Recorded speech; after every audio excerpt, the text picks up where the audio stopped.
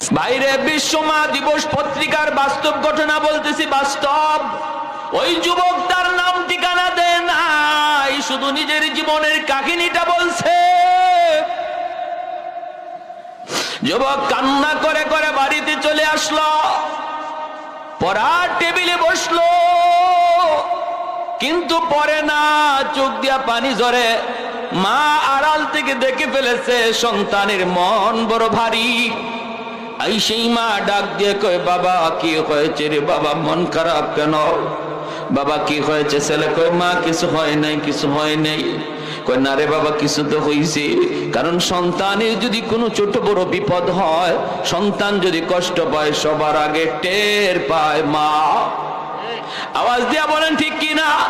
বিদেশ বাড়িতে যদি সন্তানের বিপদ হয়, কেউ না জানলেও সবার আগে জানে মা। এটা রক্তের সম্পর্ক, রক্তের সম্পর্ক। মা কয়ে, বাবা কিছু একটা তো হয়েছে বল।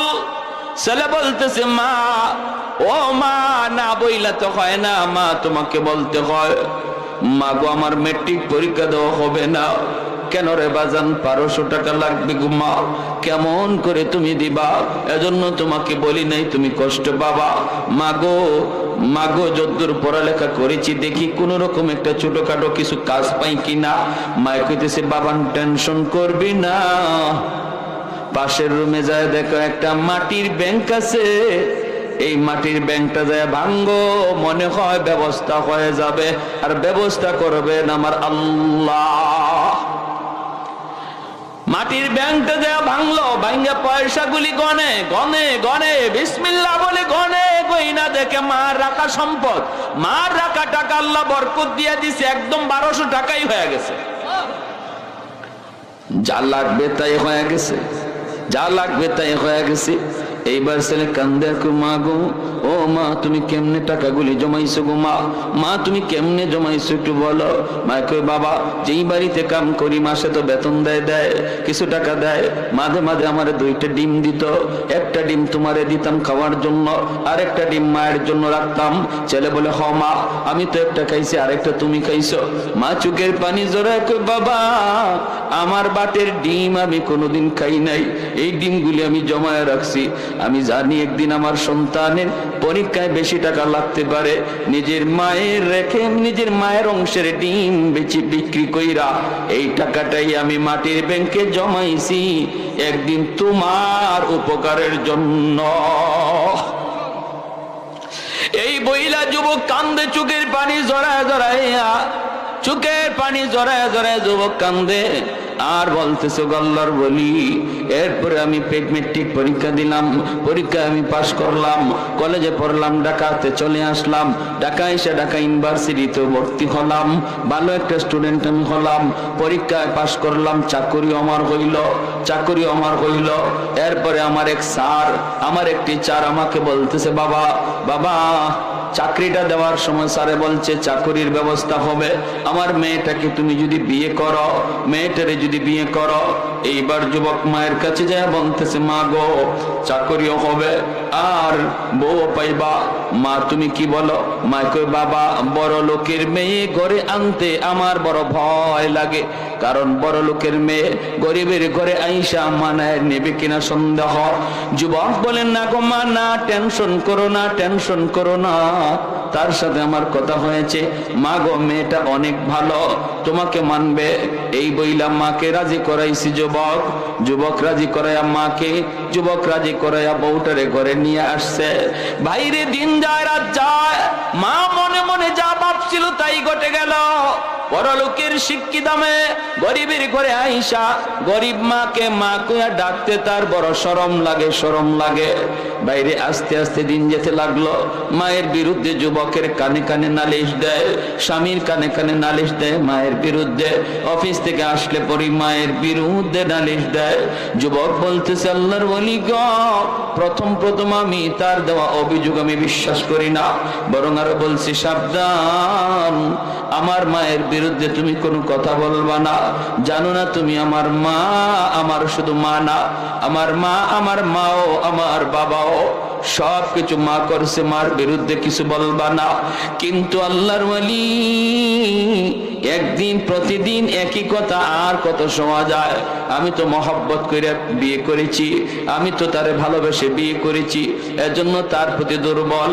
মার রুমে ঢুইকা একদিন মারে বকাবকি করলাম, ধমক দিলাম, মারে তুমি কেন ওর সাথে খালি বাজাবাজি করো? মায় কই, বাবা বিশ্বাস কর আমি কোনো কথা কই না, আমি কোনো ঝগড়া করি না। মূলত তোর বউ আমাকে এখানে চায় না, তার কাছে ভালো লাগে না।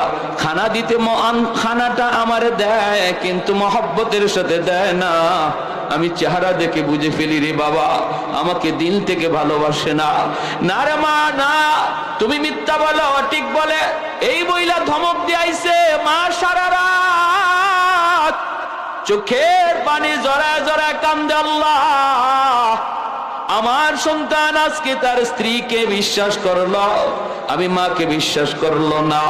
মা চোখের পানি জড়ায় জড়ায় কান্দে। এইবার যুবক বলতেছে, আল্লাহর বলি গো, একদিন দুই দিন তিন দিন যায় বকাবকি করি, একদিন অফিস থেকে আসার পর এমন ভাবে আমার মেজাজটা আমার স্ত্রী গরম করে দিল। এমনিতে অফিসে আমার মেজাজ গরম ছিল, বাড়িতে আসার পর আর মেজাজ গরম করে দিল। আমি মার রুমে ঢুইকা মারে বকাবকি কইরা মার গায়ে আমি হাত উঠায় ফেলছি। নাউজুবিল্লাহ। যেই মাত্র মার গায়ে হাত উঠাইছি, মা চিল্লানি দিয়া কই, বাবা তুই তোর স্ত্রীর কথায় আজ আমি মার গায়ে হাত উঠে দিলি, একবারও তুই ভাবলি না আমার মার সে বাবার সে নিয়ে অন্যত্র বিয়ে দিবে? জীবন যৌবন সব আমি তোর মুখের দিকে তাকায় কাটায় দিলাম। আজ আমি বৃদ্ধা, গায়ে শক্তি নাই, মানুষের বাড়িতে কাপ কইরা কইরা তোর লেখাপড়ার খরচ জুগাইলাম। যেই হাতটা দিয়া তুই আমাকে মারলি, এই হাতটা শুধু মায় চুমায়া চুমায়া বড় করছি। তোর হাতের মধ্যে আমি মার হাজারো চুমা লেগে আছে, চুমা। মানুষ সন্তানের হাতটাকে লোশন দিয়া দিয়া বড় লোকের ছেলে লোশন দিয়া দিয়া সেটাকে বড় করে, আর আমি তো গরিব, আমি তো লোশন পাই নাই, কিন্তু চুমায়া চুমায়া তোর হাতটা বড় করছি। আজকে এই হাত দিয়ে বুঝি তুই মারে মারলি, হাত দিয়ে বুঝি তুই মারে মারলি। ঠিক আছে যা, আল্লাহ যেন তোর এই হাত ফসায় দেয়। যে হাত দিয়ে তুই আমারে মারছো, এই হাত যেন আল্লাহ ফসায় দেয়। তুই যেন আমার জানাজার নামাজ পড়তে না পারো। দুইটা বদ্ধ করেছে। যুবক কান্দে আর আল্লাহর বলি, মা যেই মাত্র দুইটা বদ্ধ দিছে আমি টের পাইছি, আমার পায়ের জমিন কাইপা উঠছে, জমিনটা কাইপা উঠছে। আমি তখনই বুঝছি আল্লাহর দরবারে মার বদ্ধ কবুল হয়ে গেছে, কবুল হয়ে গেছে। ভাইরে, ওই যুবক বলতেছে, আল্লাহর ওলি বেশ কিছুদিন পর আমি অফিস থেকে খবর পাইলাম মা মারা গেছে। জানাজা পড়ার জন্য আমি রওনা দিলাম। মা যে কেমনে মারা গেছে এটা মা জানে, আর আল্লাহ জানে, আর কেউ জানে না। সন্তান যখন মারে কষ্ট দেয়, মা রাতের বেলা ঘুমায় না, এইদিকে ওইদিকে করর দেয়, চোখ দিয়া পানি জড়ায় জড়া বালিশটা ভিজায়, আর শুধু অশান্তি পায়। মারে অশান্তি দিয়া তুমি ঘুমাইবা। মায়ের নবী কয়, এই ঘুম যদি তোমার জীবনের শেষ ঘুম হয়, মরতে দেরি, জাহান্নামে যাইতে দেরি হবে না।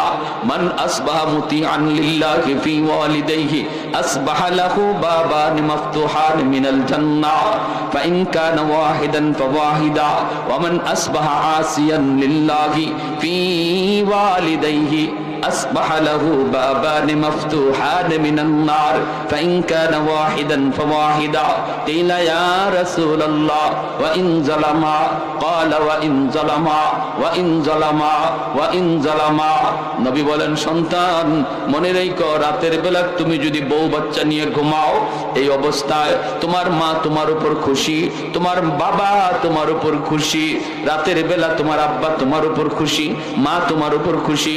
তুমি ঘুমাইছ, সকাল হওয়া মাত্রই আল্লাহ পাক তোমার জন্য জান্নাতের দুইটা দরজা খুলে দেয়।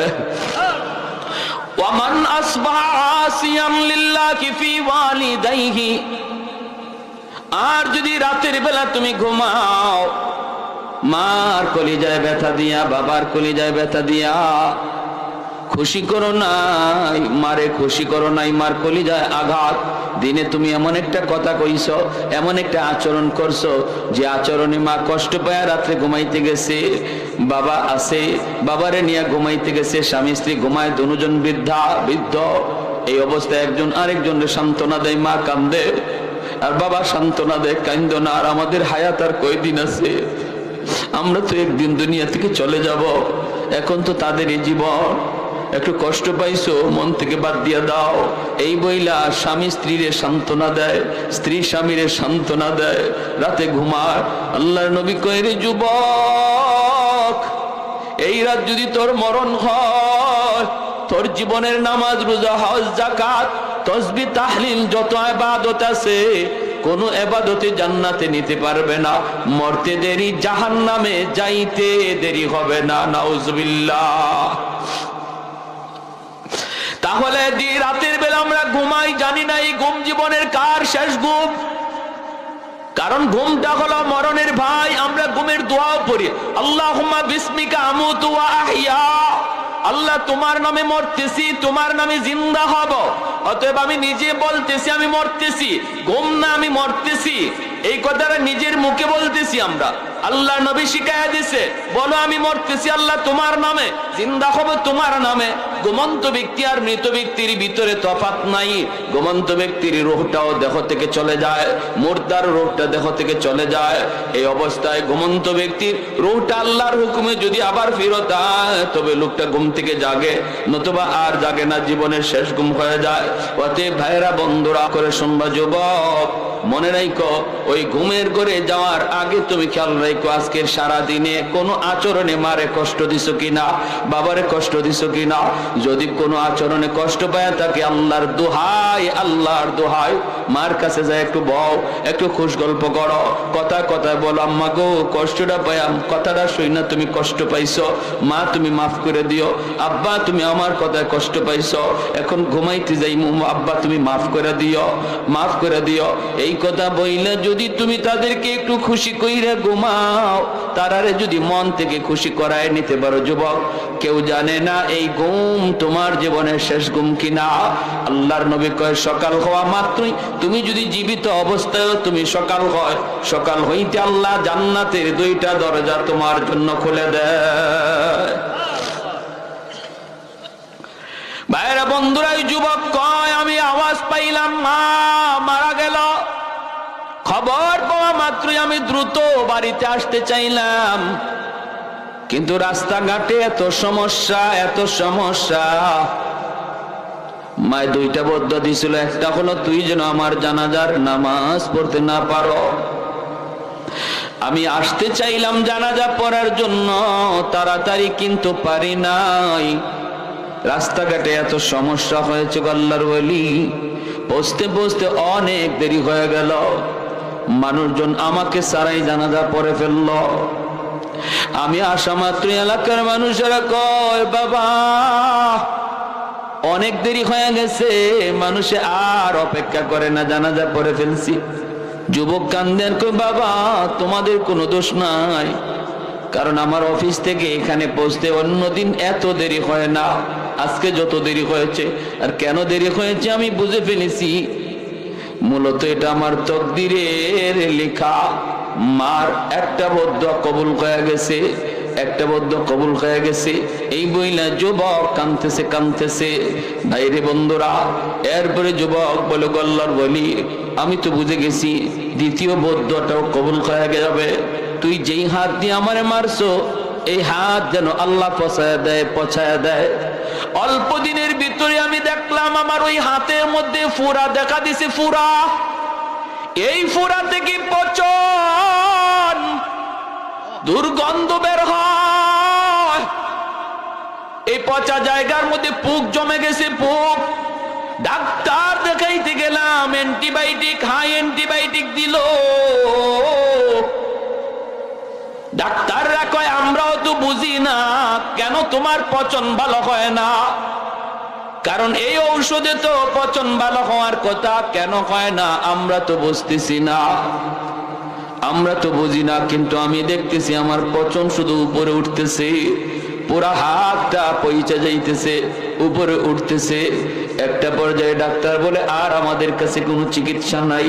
আমি ডাক্তারকে বললাম, ডাক্তার আমি জানি আমার রোগের ঔষধ কোথায়, আমার রোগ হলো আসমানে, চিকিৎসা করছো তোমরা জমিনে, আমার রোগ কোনোদিন ভালো হবে না, এটা আমার মার বদদোয়া, আমার বদদোয়া।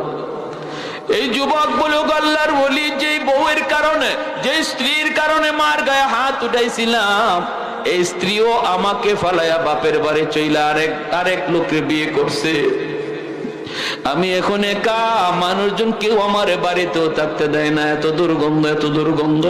রাস্তায় রাস্তায় ঘুরি, চাকরি বাকরি সব আমার গেল, আপনজন প্রিয়জন সবাই এলাকা থেকে তাড়ায় দিল।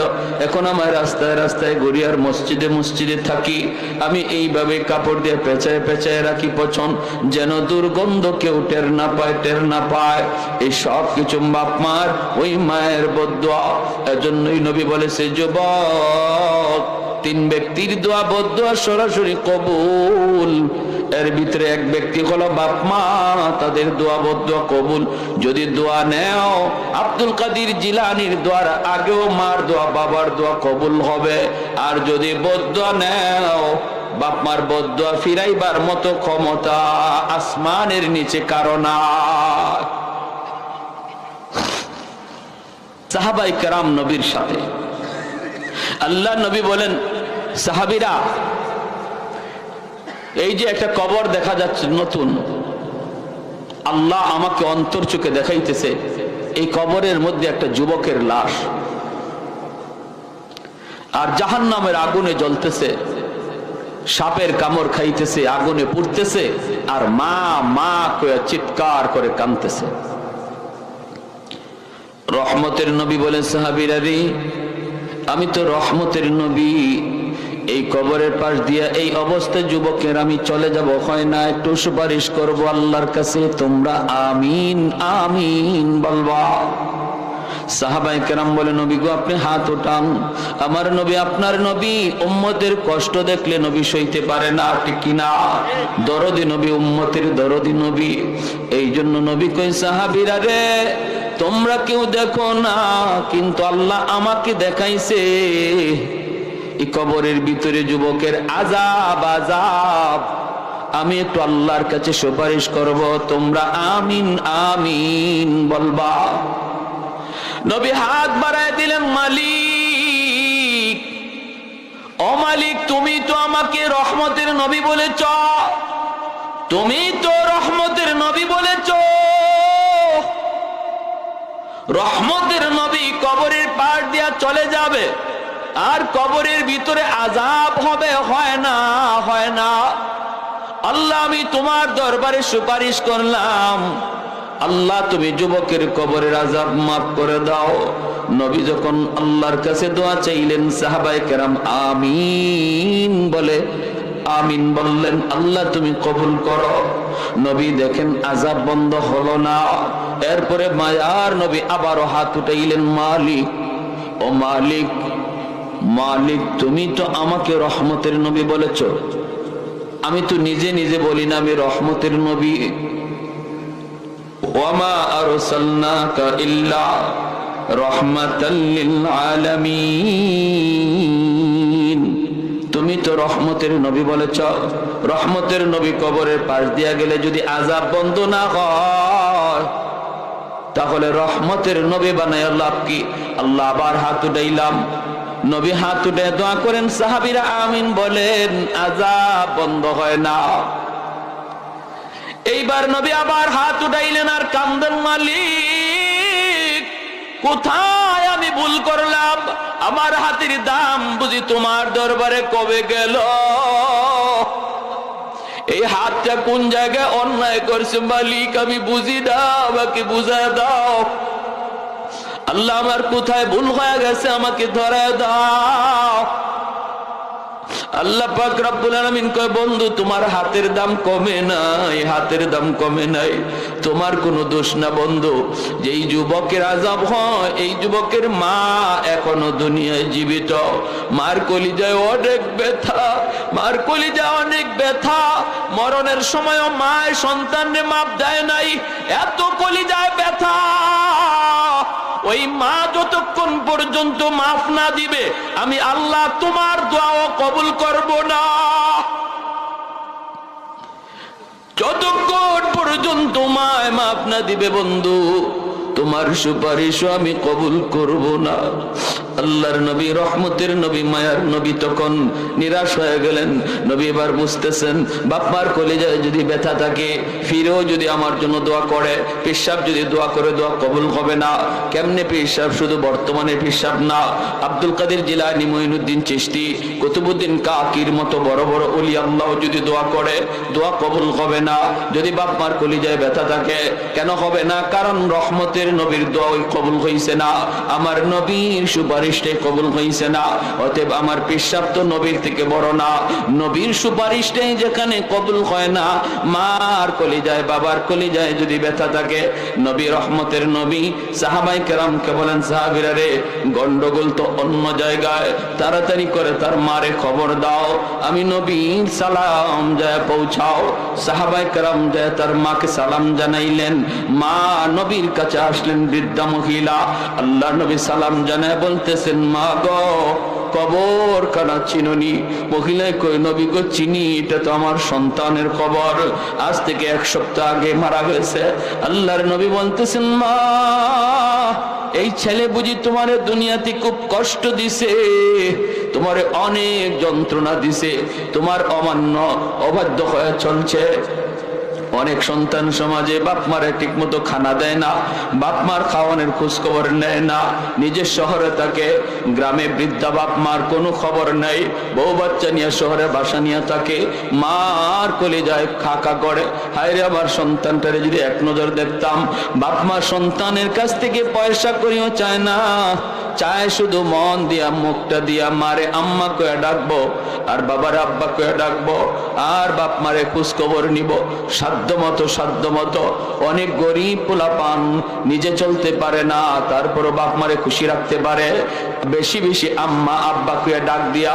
আবার কোটি কোটি টাকার পোলা, সেও বাপ মার দিল খুশ করতে পারে না, কারণ মারে এত বেশি খবর নেয় না, বাপ মারে এত বেশি আম্মা আব্বা কয়ে ডাকে না। ঠিক কিনা জোরে কয়? ভাইরা আমার, আল্লাহ নবী কই, সাহাবীরা যাও। মহিলা আসা মাত্রই নবী বলে, মা কবরখানা চিনুনি? মহিলায় কই, নবী গো আমার সন্তানের তোমারে বুঝি ভীষণ কষ্ট দিছে। মহিলা চোখের পানিটা নিচের দিকে ফেলাইয়া দিছে, কথা কয় না, কাঁপতেছে, টুটটা কাঁপতেছে মহিলা। নবী কই, মা গো, এজন্য তোমার ছেলে কবরে আযাব হইতেছে, আযাব, ভীষণ আযাব হইতেছে, সাপের কামড়, আগুনে পড়তেছে। আর মা মা কয়ে চিৎকার করে কাঁদতেছে। আল্লাহ আমাকে অন্তর চোখে দেখায়া দিছে, মা গো, আমি তোমার সন্তানের জন্য 1 বার নয় 3 বার সুপারিশ করেছি, কিন্তু আল্লাহ আমার সুপারিশ ফিরাইয়া দিছে। সাফ সাফ আল্লাহ জানায় দিছে, তুমি যদি তারে মাফ না করো, আল্লাহ তারে মাফ দিবে না। মাগো, আমি নবী তোমার কাছে সুপারিশ করি, দয়া করে ছেলেটারে মাফ করে দাও, তুমি মাফ না দিলে আযাব বন্ধ হবে না। মহিলা মাথা নিচের দিকে দেওয়া, জবাব দেয় না, কথা কয় না, আল্লাহ নবীর কোনো জবাব দেয় না। এইবার মহিলা